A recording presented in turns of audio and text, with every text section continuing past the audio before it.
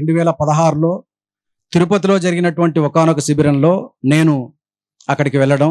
మాది పూర్వీకుల నుంచి వ్యవసాయం ఆధారంగా ఉన్నటువంటి కుటుంబమే, రాయలసీమ ప్రాంతమే.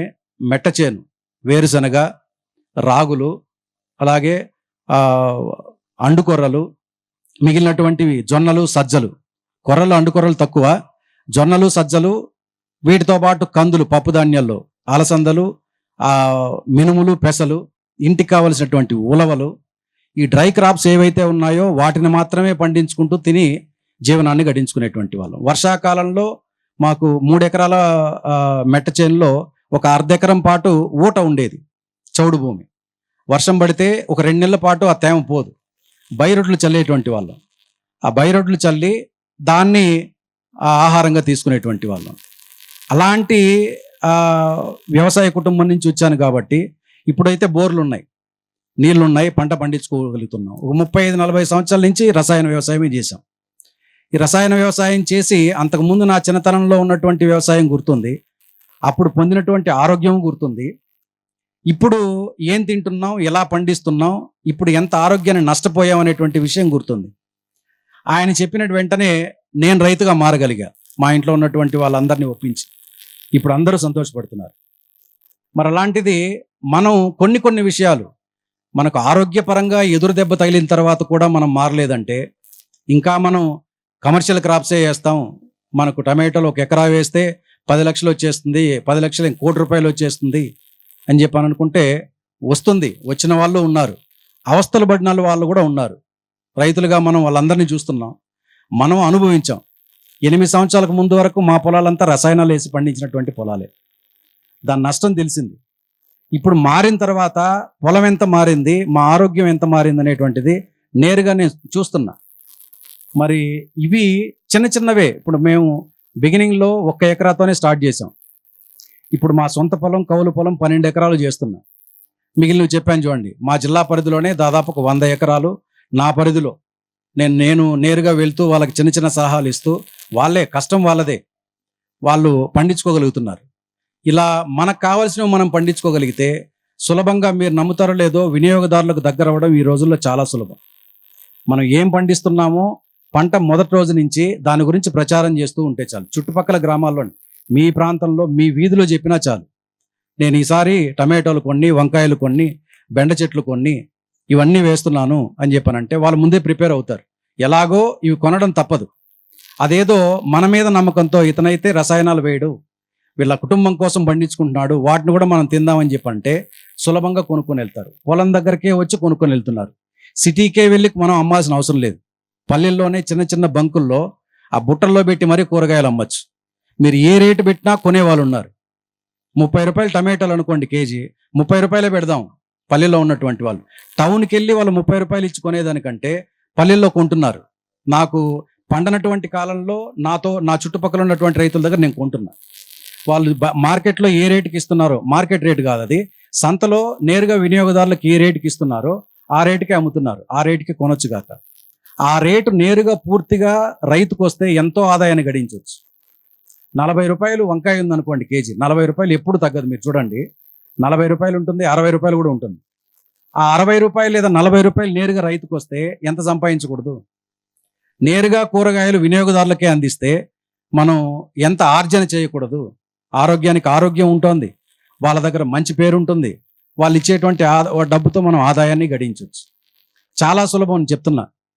పూర్తిగా ఆరోగ్యాన్ని ఇచ్చేటువంటి ఆహార ఈ ఉత్పత్తులు ఎక్కడ దొరుకుతాయో తెలియదు వినియోగదారులకి.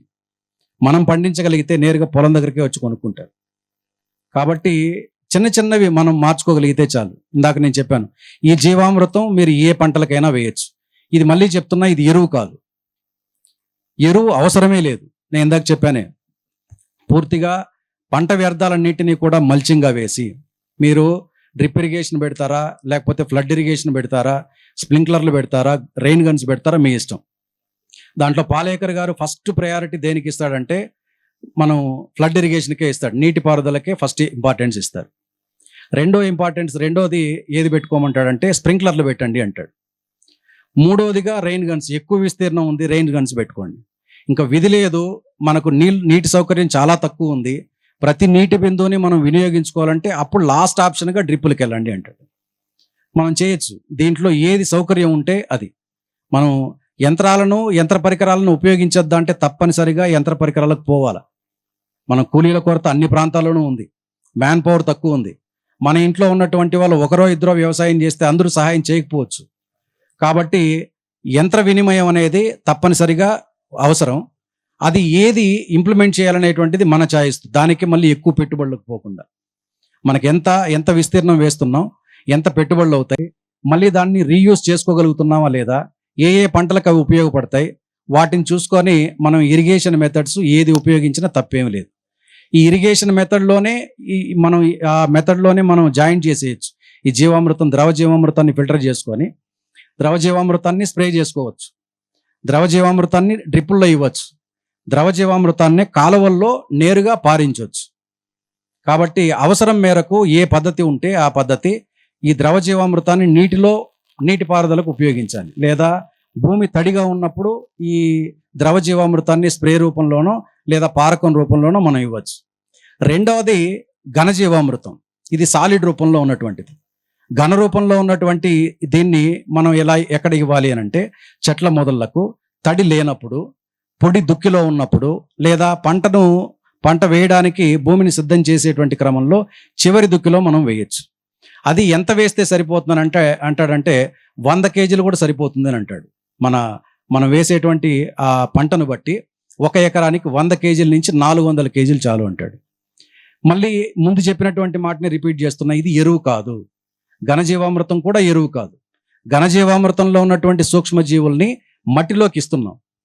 ఆ మట్టిలోకి ఇచ్చి మగ్గగలిగేటువంటి పదార్థాన్ని త్వరగా మగ్గింపజేయడానికి సూక్ష్మజీవులు సహాయకారిగా ఉంటున్నాయి. ఇక్కడ సేంద్రియ కర్బనం గురించి నేను సహజంగా మనం అందరం రైతులం కాబట్టి టెస్టింగ్ల వరకు వెళ్ళాల్సిన అవసరం లేదు. మన పొలం మట్టిని, తడిగా ఉన్నటువంటి మట్టిని ఒక పిడికెడితో తీసుకుంటే, అది పిడికెడితో ముడిచిన తర్వాత మనం లడ్డు పడతాం చూడండి, ఆ విధంగా కానీ మారగలిగితే, దాన్ని కిందకు వదిలేస్తే పూర్తిగా పొడిగా అయిపోతే మన మట్టి ఆరోగ్యంగా ఉన్నట్టే. ఈ రెండిటికి కుదరలేదనుకోండి, తడి మట్టి మనం ముద్ద రావాల చేతికి, అలాగే విడిచిపెట్టేస్తే మట్టి పిల్లలు ఉండకూడదు. అలా ఉంటే అది ఆరోగ్యంగా ఉన్నటువంటి మట్టి. ఆ మట్టిని మళ్ళీ చేతికి తీసుకొని మీరు చేతిని నలపండి, దాని లోపల చిన్న చిన్న సూక్ష్మంగా ఉన్నటువంటి మగ్గగలిగే పదార్థాలు ఉంటాయి. ఆకుల యొక్క రేణువులు కానీ, అవశేషాలు కానీ, లేదా చిన్న చిన్న పుల్లల యొక్క అవశేషాలు కానీ అందులో ఉంటాయి. ఇది ఆరోగ్యంగా ఉన్నటువంటి మట్టి. దీన్ని టాప్ సాయిల్ అని అనొచ్చు. ఈ టాప్ సాయిల్ 4 ఇంచుల నుంచి దాదాపు 9 ఇంచుల లోతు వరకు ఉంటుంది. 6 ఇంచుల వరకు మనం ఈ టాప్ సాయిల్ని హెల్తీగా ఉంచుకోగలిగితే ఏ పంటలైనా సులభంగా పండించవచ్చు. 6 ఇంచుల వరకు మనం ఉంచుకోగలిగితే చాలు. పాలేకర్ గారు 4 ఇంచులే చాలంటాడు. ఆ పైన పూర్తిగా సూక్ష్మజీవుల యొక్క ప్రపంచం అది, ఆ సూక్ష్మజీవుల యొక్క గెలాక్సీ అది.